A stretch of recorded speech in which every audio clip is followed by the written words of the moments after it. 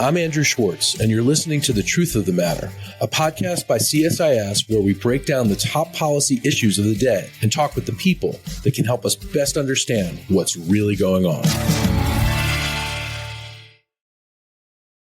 To get to the truth of the matter about what's going on with cryptocurrency and digital assets, we have with us Congressman Bryan Steil, who sits on the House Financial Services Committee, chairs the House Administration Committee.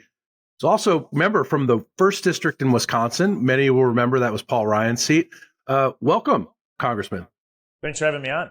So I want to get to your legislation, the Stable Act bill. But before that, I want to ask you about cryptocurrency. People are, confused by cryptocurrency. Not a lot of people have it. They don't understand how to buy it. And maybe they don't understand why the United States government is now getting involved in it after all this time.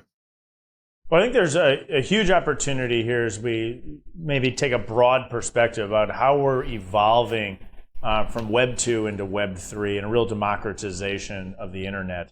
And when we look at digital assets, there's a core component of why that's really almost necessary as we enter in to Web 3, as we tokenize. And I think there's also a role that we saw under the Biden administration, Gary Gensler, really clamped down on crypto across the board in the United States. And what it really did is it shoved a lot of this emerging growth technology outside the United States, outside the United States regime. And so how do we make sure innovation and development is occurring in the United States?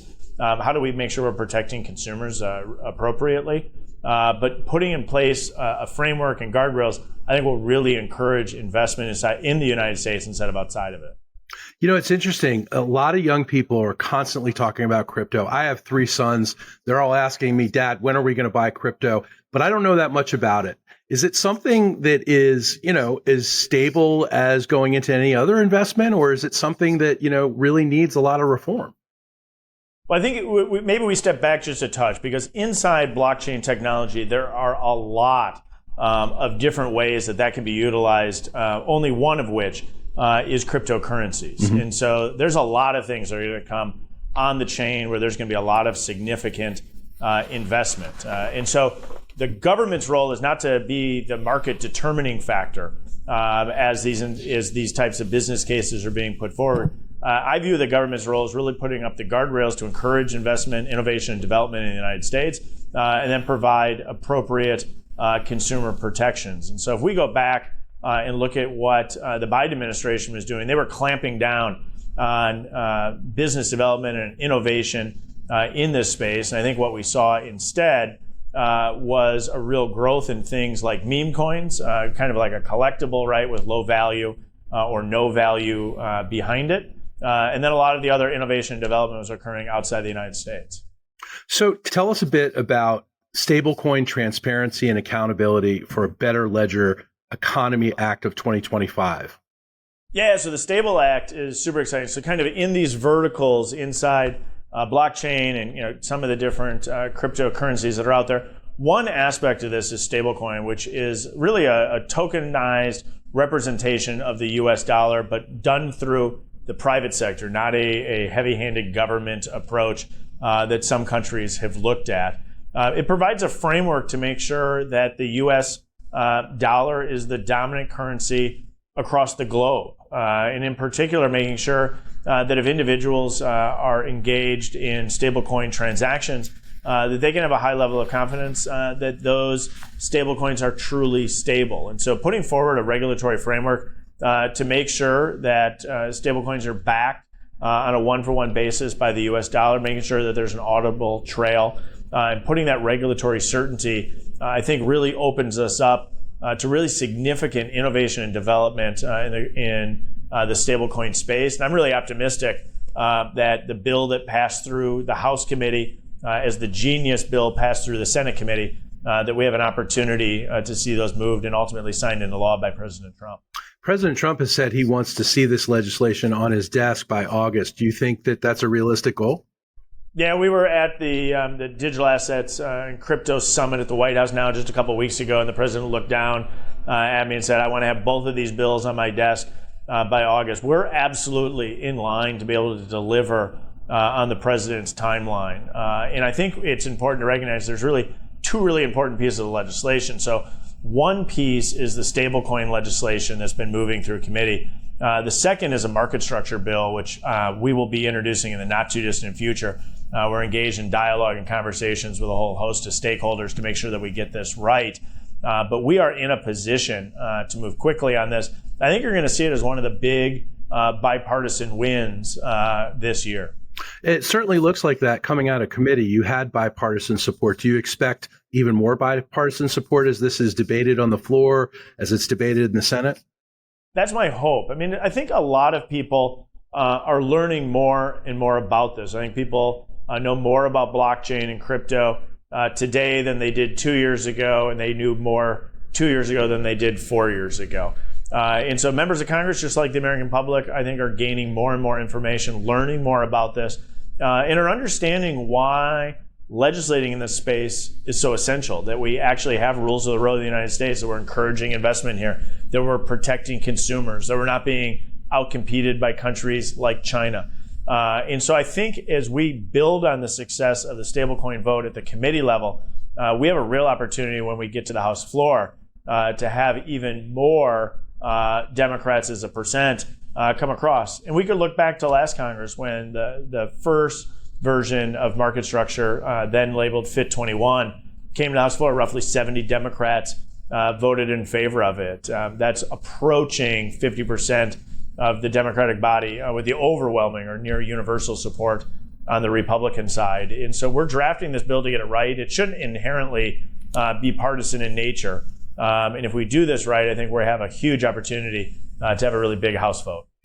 You mentioned the U.S. dollar, and I want to ask you about that and how this figures in. But before I do that, I want to ask you, how does this impact average Americans who might not know as much about this currency as they need to? As you said, people are starting to learn rapidly about it. I'm sure that will accelerate if this legislation goes forward. How is it going to impact regular Americans? Well, maybe we step back and we run an analogy. We think about the development of Web 2 and some of the really large tech companies that were given rise to as that technology came online. So think about Google and Amazon, Facebook and Twitter, and the other large corporate Web 2 companies.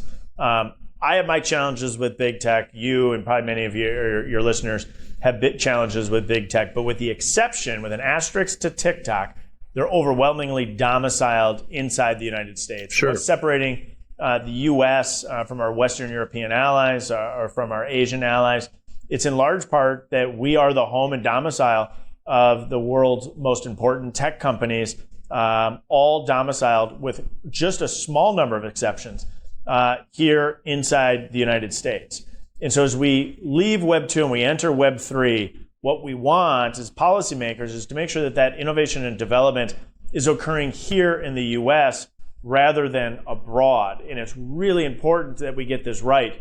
You know, if you look at your retirement account or you look at the job opportunities that are here, because big tech is domiciled in the United States, that's really important we get right in Web 3, where we can actually democratize the internet. So again, I have my challenges with big tech, but making sure that this domicile innovation, development, capital flows are into the United States is kind of the ultimate goal of this from a policymaker perspective. And that's why I think a lot of people who may not be on a day-to-day basis talking about blockchain technology or crypto ultimately will find themselves the beneficiaries of this type of legislation. So can you tell us how stablecoins impact the U.S. dollar and how it would impact the U.S. dollar as the world's reserve currency? That's a great question, right? So if we step back and say, why does an American citizen or American policymaker care that a day laborer in Argentina or a young woman in sub-Saharan Africa who's making a purchase, why would a policymaker or a U.S. citizen care if they're using a U.S. dollar or a local currency? Well, the beauty of this is through stablecoin, that transaction in, say, Argentina, which has historically had an unstable currency, could easily be done with the leverage of technology using stablecoins backed by the U.S. dollar. And so that builds demand for the U.S. dollar and further cements the U.S. dollar as the world reserve currency. And so the hope here is that as this technology takes hold and as that investment comes into the United States, what we'll actually see at the end of the day is more and more people utilizing the US dollar, and the world reserve currency of the US dollar is essential. We want to be pricing things globally, and the US dollar gives us access to capital markets, keeps interest rates lower in the United States, and there's a lot of tangential benefits. In the stablecoin legislation is a huge piece of the puzzle to make sure that we truly are locking in the US dollar as the world reserve currency. So, Congressman, can you tell us a little bit about how the SEC will regulate and protect investors, developers, and digital assets nationwide once this goes forward? Well, so as we look at both stablecoin and market structure, what we need is stability and predictability. And so what we saw under the Securities and Exchange Commission under then Gary Gensler was a Securities and Exchange Commission that was really hostile to the crypto space and blockchain technology. And there was a lot of unpredictability. There was a lot of enforcement actions. And the end result was innovators, developers, creators were simply just going outside the United States. And then there's really no U.S.-driven consumer protections that should be reasonably put in place. We have an opportunity to flip that, to provide that predictability, that stability, encourage that innovation and development here in the U.S. And if we do that correctly, I think you're going to see a real flood of capital to the United States, launching innovation and development in the space. I think we will be dramatically the beneficiaries of that. And, you said this a couple times, but like with any financial piece of business, certainty and predictability and regulation's really key, isn't it? No, absolutely. So businesses really struggle when there is a lack of predictability, especially when policymaking is being done by enforcement actions, right? So, imagine your own family budget. Would you want to go buy a car if you thought, on any given day the government's going to sue you and take your car back, right? So, same idea. If somebody wants to have a new emerging technology, they want to bring something on chain, they're going to spend millions of dollars to do it. The last thing those investors want is to think that, willy-nilly, the federal government's going to come in and sue them, take them to court, or try to shut them down. And so instead, what we need are rules of the road. There are appropriate ways that we can do consumer protection. That's really important. Make sure people are aware of where they're putting their money, what the security protocols are that are in place, whether or not those types of investments are insured, whether they're not. Let's have those rules of the road. But then also let's give predictability and stability to innovators and developers. So how do you get people in America to stop being so afraid of these digital assets, digital currencies? Most people I talk to say, I'd love to get involved in it. It sounds great, but isn't it just for billionaires and for people who, have money to lose? I guess you could say that with any investment, but people seem to be pretty afraid of this. How are you going to change that? Well, the core concept under Web3 is that we're going to democratize the internet. So what we're actually going to see, in my prediction, is instead of that concentration of wealth and power in a small number of global tech companies, we're going to see a real empowerment of American citizens across the country. And so I think a lot of this is going to come naturally. In the same way as we look back, as Web 2 was really coming online and people were learning about the internet. I remember, you remember phone conversations with folks who would say, why would I need a cell phone? Or why would I need a camera on my cell phone, right? I know exactly how to get from point A to point B. I can print out, MapQuest and jump in my car. I remember when I started grad school, they asked me if I wanted an email account. And I said, what would I need that for? Exactly, right? And so you don't know what you need because you haven't lived your life with this new technology, where now I think the vast majority of Americans, if they didn't have GPS in their phone, would struggle to get by. Or other areas, right, which is completely revolutionized when you check in for an airline flight. Last time you go to the airport, you totally forget that 30 years ago, it was a heavy paper industry. You're standing in line, right? That's all kind of Web 2 technologies that really brought us online. The ability just to Google a question that you had has totally altered car trips, where you used to spend 5 hours debating an arcane question, and nobody ever would know the real answer, where now you can get the answer. So as we now jump forward into Web 3, there's a lot of people that would be sitting back and appropriately saying, I would never do that, or this will never play a role. It's only as these technologies come online and people start to use them in their daily lives that I think we're going to see a real understanding that Web3 is here, that blockchain technology is here, and why getting the policy right on this was so absolutely important in this moment in time. Congressman, you've made the point, and I really appreciate this point, that transparency is critical here. Tell us about that and how this legislation will make this currency and these digital assets transparent so everybody can understand what it is.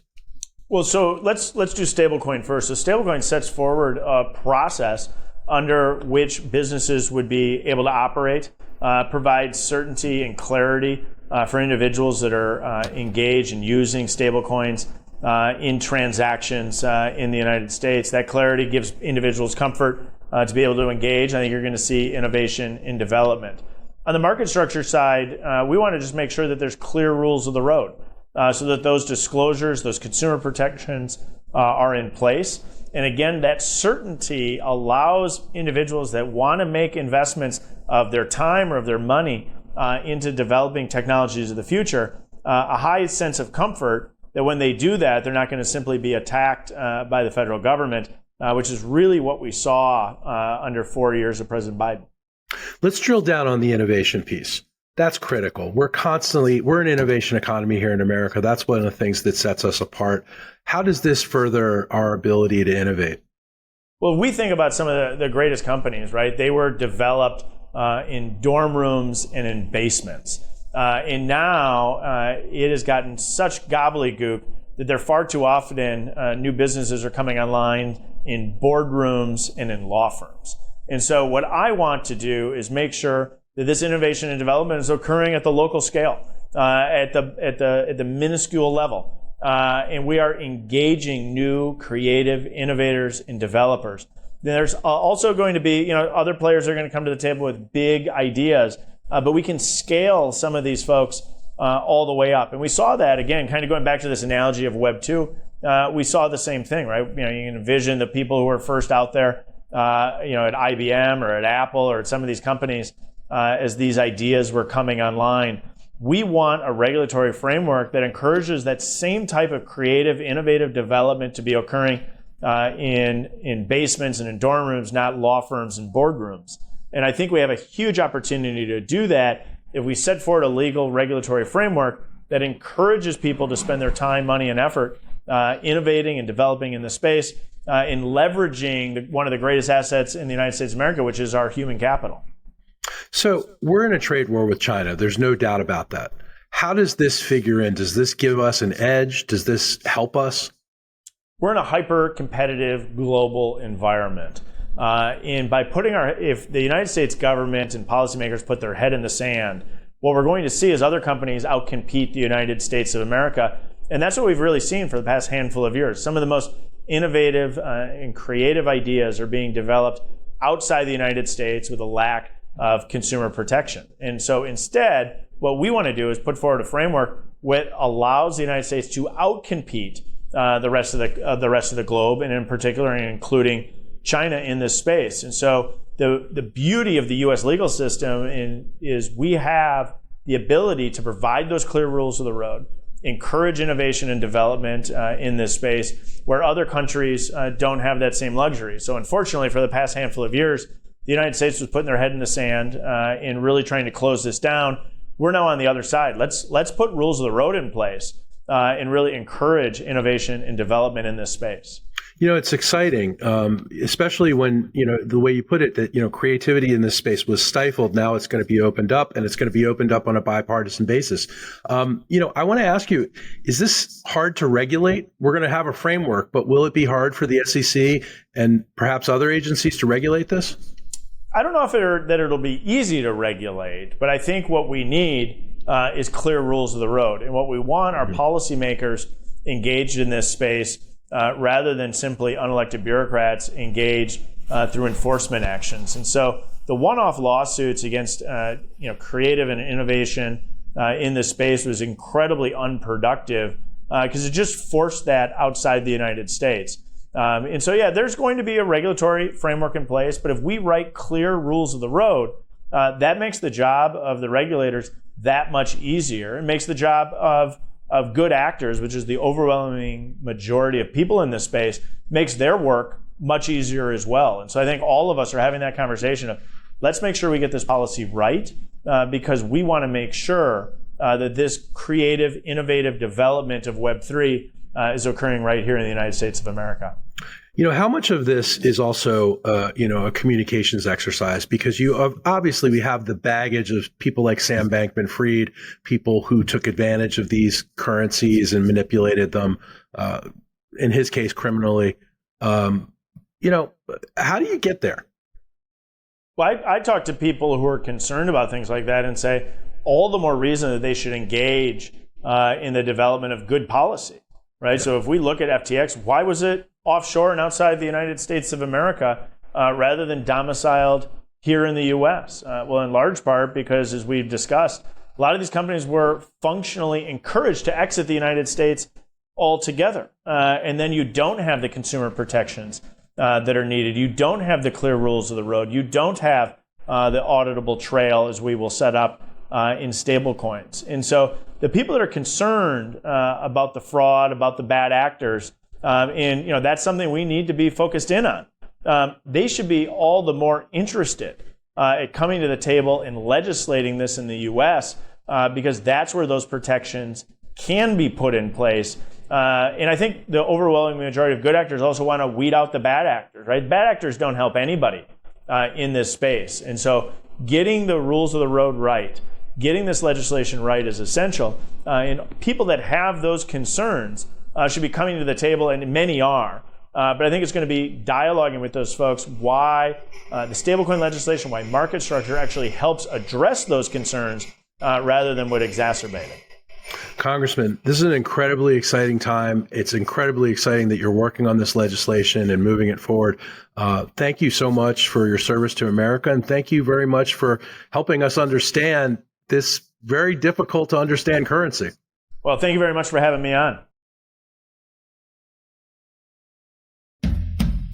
If you enjoyed this podcast, check out our larger suite of CSIS podcasts. From Into Africa, The Asia Chessboard, China Power, AIDS 2020, The Trade Guys, Smart Women, Smart Power, and more.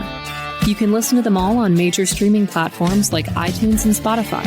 Visit csis.org/podcasts to see our full catalog.